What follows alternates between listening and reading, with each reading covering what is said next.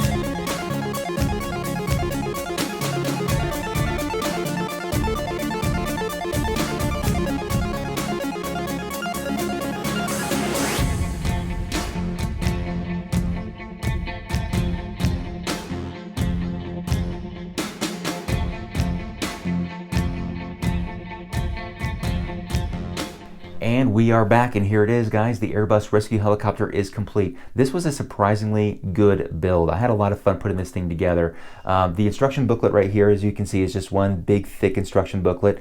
The helicopter is assembled in 5 different sections. Each section does have a lot of moving parts. There's a different function that you generally see for each section, especially the third section, which is the main motor and engine compartment with a lot of gears that you're putting together. So this is definitely a Technic set. It lives up to its name. It's very technical. There's a lot of moving parts to this thing, and this is going to be right up the alley for anybody who is a Technic fan who likes to see a lot of moving parts to their set. There will be a decent amount of stickers for our Airbus, but I think the size of the helicopter and of course the amount of stickers is right on point. Some of those stickers, of course, being the decorative elements for the cockpit of our helicopter.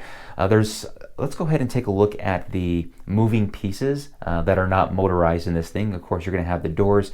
The cockpit does have 2 doors that open on either side, and of course on the body of the aircraft you have these sliding doors on either side as well. Now, of course, this thing does have a lot of motorized functions. It does come with a battery pack as well as a large motor. The battery pack does take 6 AA batteries, and of course underneath it you can see it's very easy to access that and replace those batteries if you need to. To turn on the aircraft, we have a switch here that is simply on or off. Once it's on, the motor is starting to run, and then at this point we have a few different options on what we want to move or operate on our helicopter. We'll start with the main function, which of course is going to be the rotors. We have 2 speeds here. We have a slow indicated by a turtle and fast indicated by a rabbit. Now slow looks like it's just kind of stationary, getting warmed up, ready to go, and of course you crank it over to the rabbit speed and it goes a lot faster, and I think it's a pretty decent speed. I'm pretty sure some people could probably torque this thing or rearrange the gear ratios to make it go a lot faster,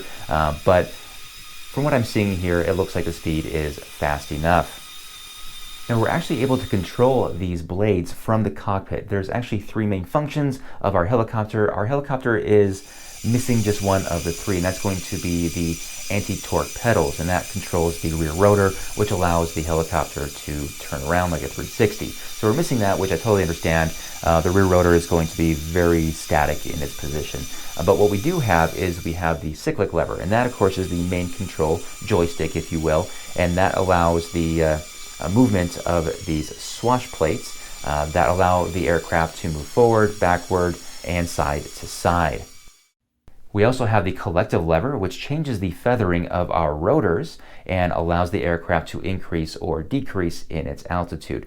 Now, unlike the cyclic controls that are inside the cockpit, and they're both in front of the pilot seats here, we actually have a Technic element that sticks out on the side of the aircraft that allows us to control that. So that, for some reason, is on the exterior as well, while the cyclic controls remain inside of the cockpit.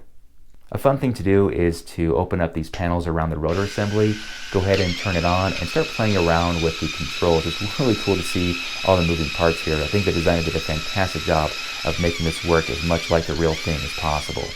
On the other side of the aircraft, we have two more switches. The top switch here controls the winch.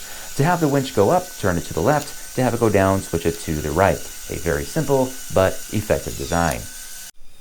And finally, we have the landing gear. Now, what's really crazy about this is that the landing gear is also automated. I think the designer could have just thrown in a switch that we flip manually, and we would have been happy with that. But no, this thing is connected to the motor. Switch this thing on, and we see the landing gear go up. Switch it the other way, and it goes down. A lot of moving parts for just a simple function. I love it. A really great added feature to this amazing Airbus rescue helicopter. Now finally, I do want to talk about value for your money. The Airbus H175 rescue helicopter, I believe, is one of the many victims of price increases that the LEGO Group advises of coming in August. Now, I mentioned this is $210 US, and I will say that if you are a Technic fan, you enjoy more challenging builds, you like moving motorized parts, and especially if you like aircraft, especially helicopters, then I think this is going to be right up your alley. If none of that really appeals to you, then this is probably not going to be worth your money at all. However, I definitely enjoy the build. I enjoy all the functions with this thing. I feel like for what it is, it's definitely worth the $210 US. But again, that's going to really depend on your taste. Anyway, guys, that is my review today. A huge thanks to the LEGO Group in providing this early copy for review. Again, this will be available on August 1st, 2022. Thank you so much for watching, and we'll see you next time. Bye-bye.